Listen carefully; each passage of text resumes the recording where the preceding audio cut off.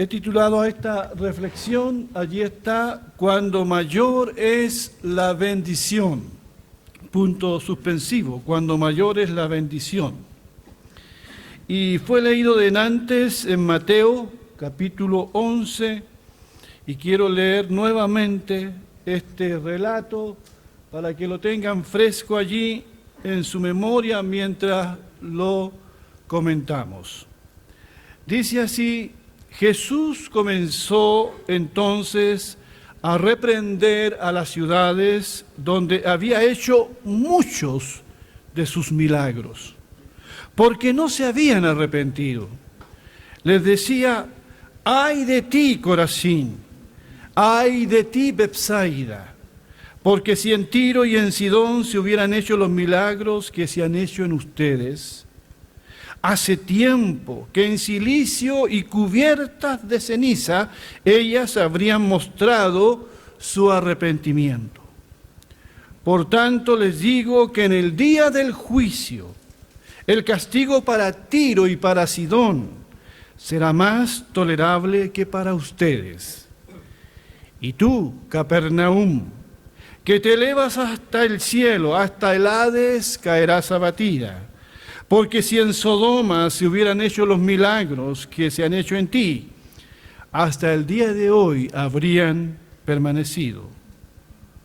Por tanto les digo que en el día del juicio el castigo para Sodoma será más tolerable que para ti. Hermanos, amigos que están en esta mañana, qué honor, realmente, qué honor, qué privilegio tuvieron los habitantes de las ciudades a orillas del mar de Galilea. Aquí se mencionan 3 de esas ciudades. Nosotros conocemos más Capernaum, pero se mencionan también la ciudad de Corazín y Betsaida. Estas ciudades tuvieron el honor y el privilegio que no tuvieron otras ciudades como Tiro y Sidón, lo que hoy nosotros conocemos como el Líbano. Privilegio que tampoco tuvo Sodoma, pero que sí tuvieron estos pueblos de Galilea.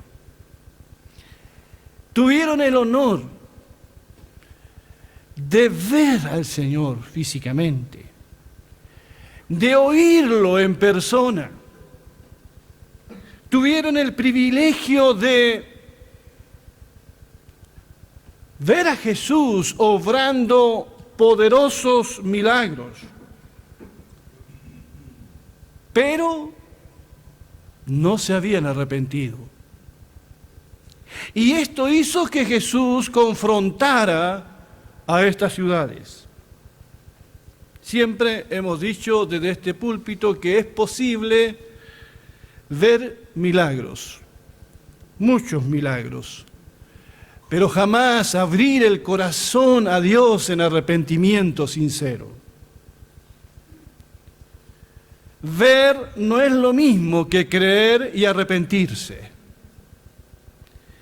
Vivimos en una época en que mucha gente anda en busca, entre comillas, del milagro, pero no en busca del arrepentimiento. Ese arrepentimiento profundo, ese que duele, es muy difícil encontrarlo. Hoy día las iglesias evangélicas les gusta consumir milagros. Consumimos religión. Vamos a la iglesia y decimos: a ver, ¿qué tienen aquí para entretenerme? Y muchos líderes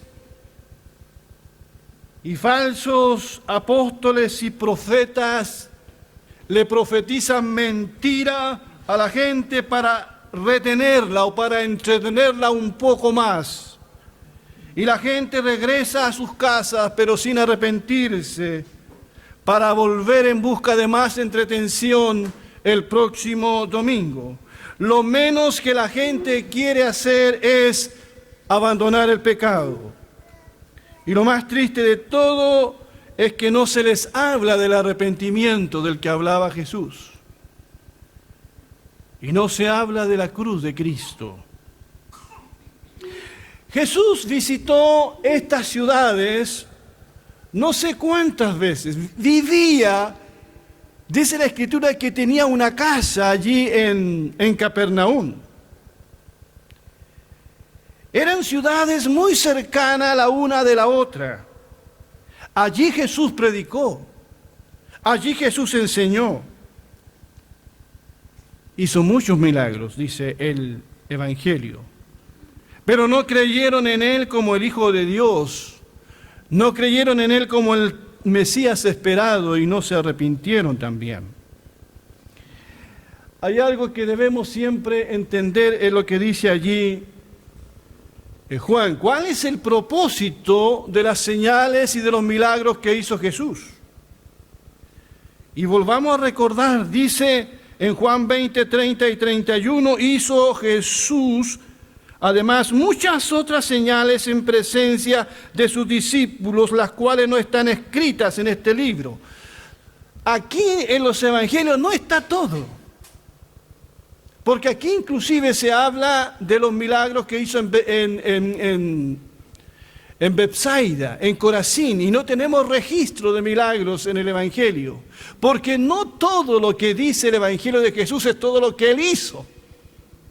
Él hizo muchas cosas más. Eso dice aquí el Evangelio. Dice, hizo además Jesús muchas otras señales en presencia de sus discípulos, las cuales no están escritas en este libro, pero estas se han escrito. Estas señales, estos milagros, se han hecho para que ustedes crean, dice. Hay un propósito aquí, para que ustedes crean en Jesucristo, el Hijo de Dios, y para que creyendo, que dice, tengáis vida en su nombre. Jesús les habló del reino de Dios, sanó enfermos, multiplicó los panes y los peces, pero no lo reconocieron como el Emanuel, el Dios con nosotros, no creyeron en Él. Para muchos fue otro profeta más.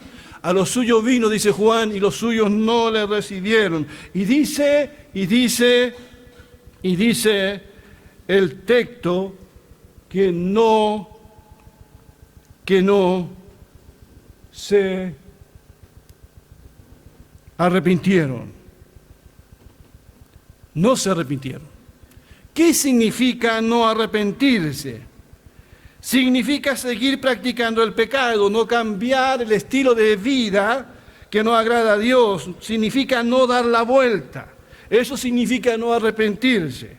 Arrepentirse significa dar la vuelta, significa convertirse. Es un cambio de mente, de una forma de pensar que nos lleva a la larga a un cambio de vida. Para arrepentirse hay que tener conciencia de que uno ha pecado. Hoy día no nos arrepentimos porque no tenemos conciencia de que hemos pecado. Todos somos buenas personas, excelentes personas. Pero la Biblia dice que no hay justo ni aun uno. El primer mensaje que Jesucristo predicó fue: arrepentíos y creed en el Evangelio. Cuando Pedro se levanta el día de Pentecostés, ¿verdad?, y predica el mensaje de Jesucristo, habla de la muerte y la resurrección de Jesús, no entretiene a la gente, sino que les predica la palabra del Señor. Ellos fueron tan tocados en su conciencia que le dicen a Pedro: ¿y ahora qué haremos? ¿Y ahora qué haremos? Ojalá esa pregunta la hiciese mucha gente hoy día. ¿Qué haremos? ¿Qué tengo que hacer para ser salvo? ¿Qué haremos? Y Pedro les dice, ¿qué les dice? Arrepiéntanse. Arrepiéntanse. Y más tarde Pedro escribe a la iglesia y dice que el Señor es paciente para con nosotros, no queriendo que ninguno perezca, sino que todos procedan al arrepentimiento. Es el deseo de Dios que cada ser humano se arrepienta. Pero estas ciudades no se arrepintieron.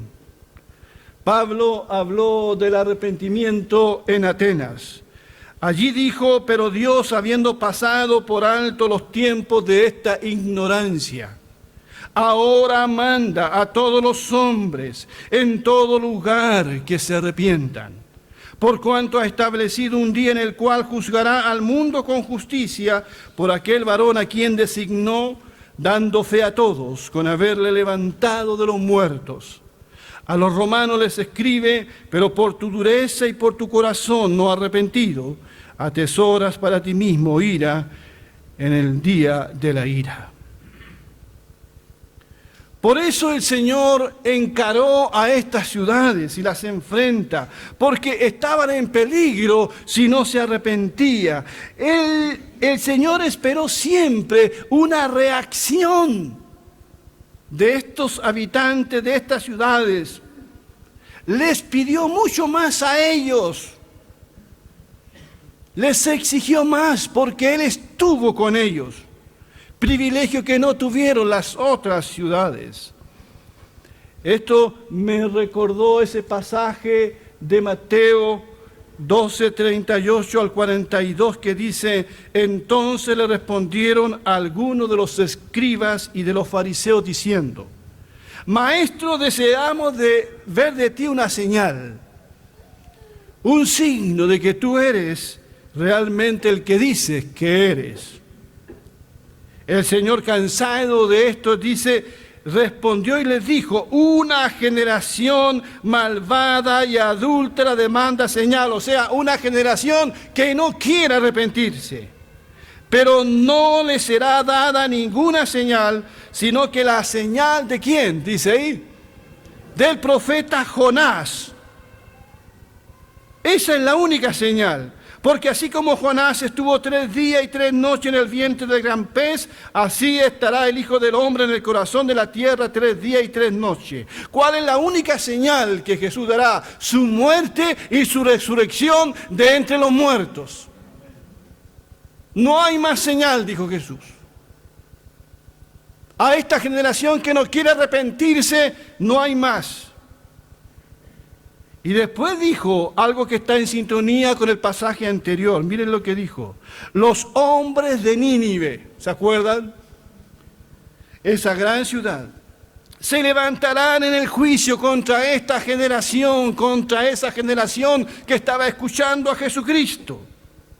Y la condenarán, porque se arrepintieron ante la proclamación no del Hijo de Dios, sino que ante la proclamación de Jonás.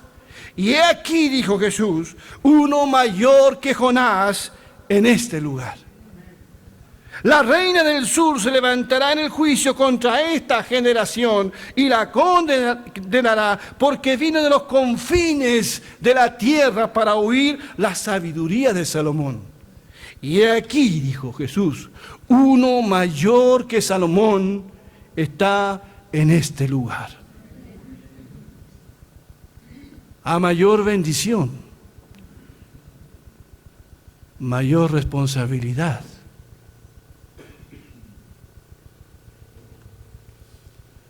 Yo veo, hermanos, en estas palabras de Jesús, dolor. No veo en Él un afán de castigo y de juicio. Cuando Jesús dice: ¡ay de ti, Corazín!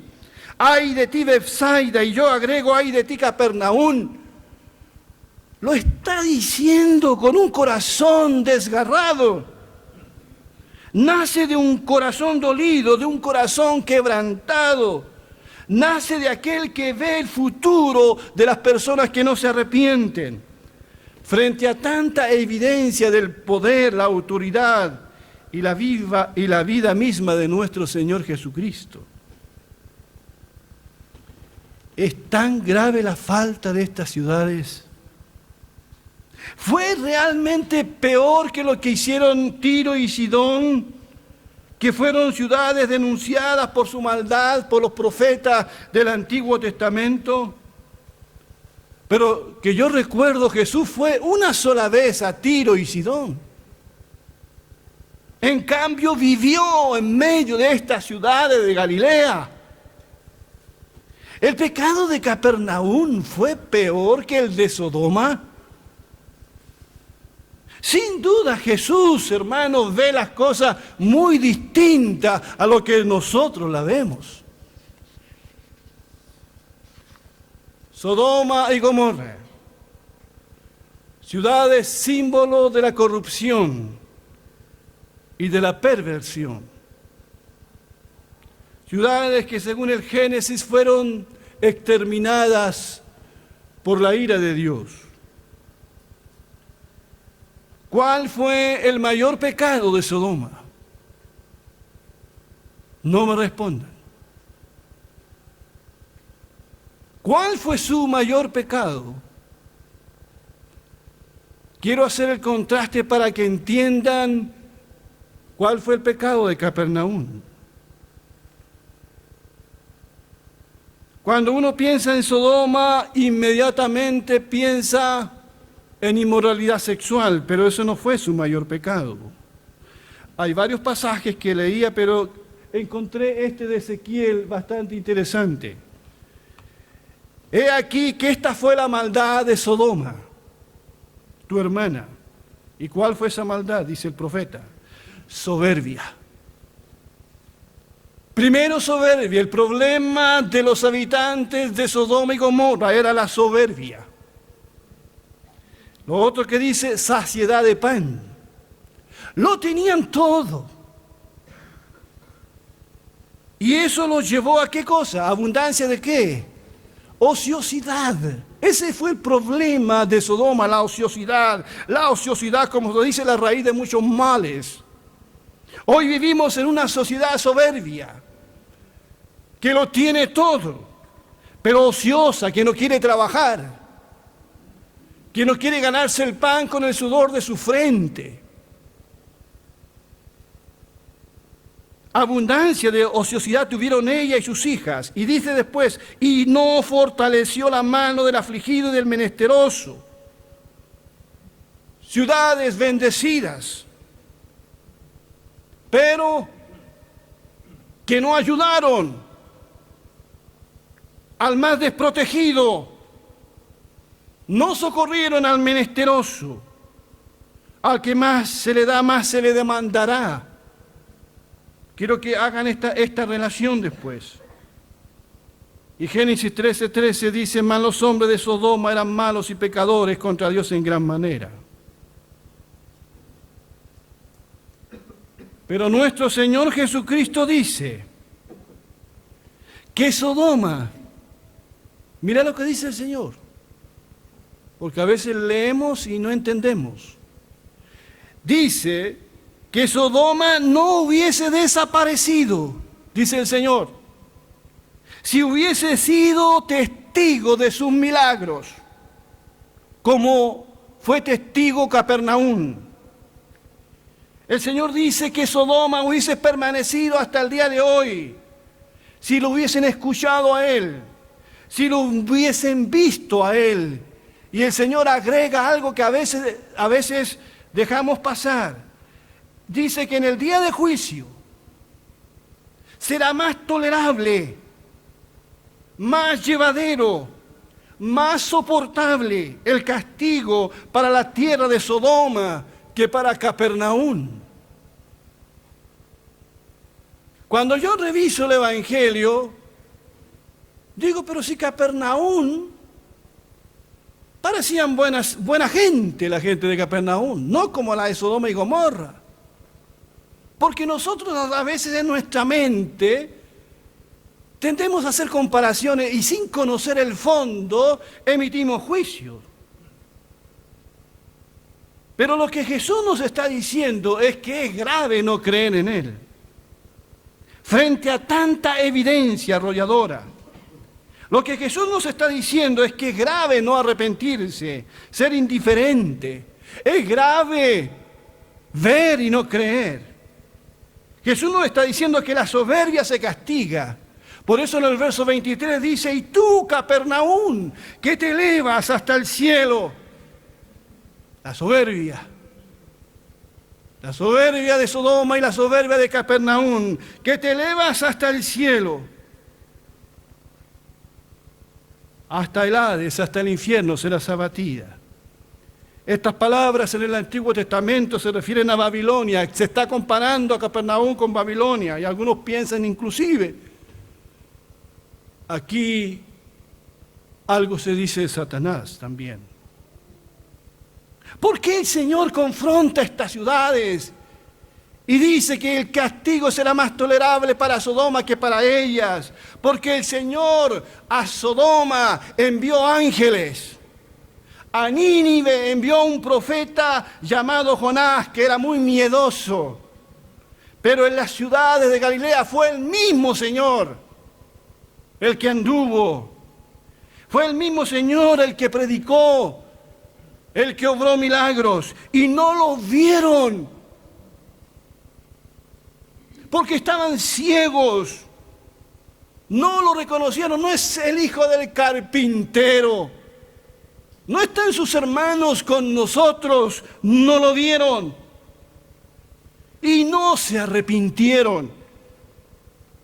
Esto nos dice lo duro que tenía en el corazón esta gente, por eso lo llevaron a la cruz. No lo queremos, nos avergüenza. A estas ciudades, Corazín, Capernaum y Betsaida, podríamos agregar también Nazaret. La Biblia dice que Jesús predica en Nazaret, y dice, todo lo que el profeta Isaías dice de mí se ha cumplido en mi persona. Yo soy el Mesías. Y tomaron piedras y quisieron arrojarlo desde la montaña abajo. Y Jesús no, dice la Biblia, que estaba asombrado de la incredulidad de los nazarenos, también de Jerusalén. La Biblia dice que Jesús llora sobre la ciudad de Jerusalén, llora por su futuro, porque no conocieron el día en que Él les visitó. Y hay un pasaje del Evangelio donde Jesús dice, Jerusalén, Jerusalén, que matas a los profetas y apedreas a los que te son enviados. ¿Cuántas veces quise juntar a tus hijos como la gallina sus polluelos debajo de las alas, y no quisiste? Mi pregunta en esta mañana, ¿qué tendría que decir Jesús de nuestras ciudades? ¿Qué tendría que decir Jesús de nuestros pueblos? ¿Estamos en ventaja respecto a Corazín, Capernaum o Sodoma, o en desventaja? ¿Qué tendría que decir Jesús de nosotros, de ti y de mí?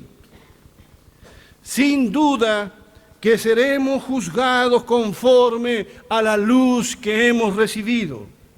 Vamos a ser juzgados conforme a las oportunidades que tuvimos. El Señor dijo, este texto con el cual quiero terminar esta breve reflexión, no lo olviden. Jesús dijo en Lucas 12:48, porque todo aquel a quien se haya dado mucho, ¿qué dice? Mucho se le demandará. Y al que mucho se le haya confiado, más se le pedirá. A mayor bendición, mayor compromiso. A mayor privilegio, mayor responsabilidad.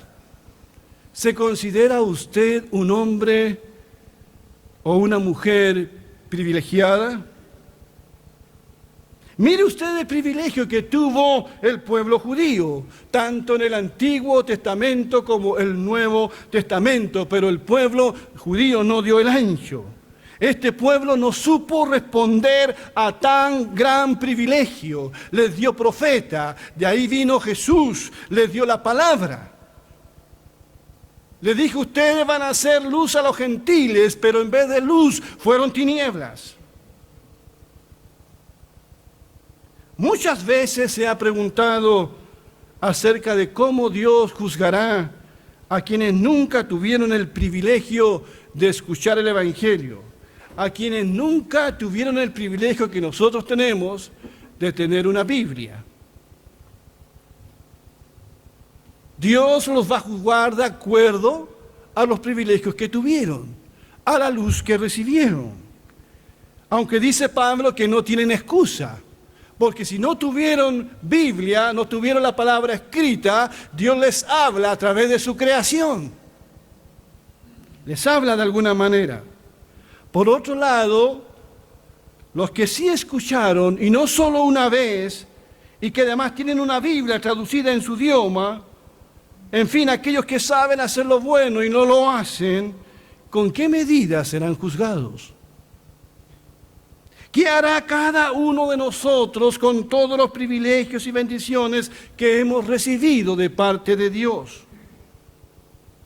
¿Qué hará Dios con aquellas personas que van a la iglesia, escuchan el Evangelio, pero no hacen nada al respecto, o muy poco al respecto? Algunos dicen, y lo he escuchado a veces decir, ¿cómo me habría gustado haber sido testigo presencial de lo que Jesús hizo y habló? ¿Cómo me hubiese gustado haber vivido en ese tiempo? No sé de qué lado habríamos estado. Hermanos y amigos, lo único que sé es que este es el tiempo que nos ha tocado vivir. ¿Cuántos privilegios tenemos? ¿Cuánto hemos sido bendecidos? El Evangelio nos ha sido anunciado. Tenemos el conocimiento de la palabra de Dios, la tenemos escrita y la podemos escudriñar también. Jesús dijo, escudriñen las Escrituras porque son ellas las que dan testimonio de mí. Tenemos la presencia del Señor porque Él dijo que donde hay 2 o 3, yo estoy en medio de ellos. Tenemos ahora la iluminación del Espíritu Santo, privilegio que no tuvieron otros. El Espíritu Santo ha venido a quedarse con nosotros y nos guiará a toda verdad y a toda justicia. Nos consuela. ¡Qué privilegio! El Señor demanda de nosotros. El Señor demandará de todos los dones y privilegios que hemos recibido. El Señor ha hecho oír su voz. Dice el Salmo 19 que por todo el mundo salió su voz y hasta el extremo del mundo sus palabras. El hombre tiene todo lo que necesita para creer. Es cosa de mirar el mundo, mirar la creación, mirarse uno a sí mismo, mirar las señales de los tiempos en que vivimos. Pero aún así no creemos y no nos arrepentimos. Pensemos un poco, Dios nos habla de muchas formas y de muchas maneras. Y aún nos habla en el dolor, nos habla en la aflicción. Pero el hombre ciego no quiere ver a Dios ni escucharlo. Nadie tendrá cómo excusarse en aquel día. Nadie. El día en que Dios juzgará a los vivos y a los muertos. Y según este relato del Evangelio, el juicio de Dios será lo más justo que hay. Por eso dice que será más tolerable. Será justo. Seremos juzgados conforme a los dones y privilegios que hemos recibido. A veces nos quejamos de lo que no tenemos, pero cuántas cosas Dios nos ha dado. El llamado de Dios en esta mañana es que nos arrepintamos cada día, y seamos buenos administradores de las bendiciones y privilegios que el Señor nos ha dado, porque a mayor bendición, mayor es la responsabilidad. Que Dios bendiga su palabra. Que Dios nos bendiga. Vamos a ponernos de pie, por favor.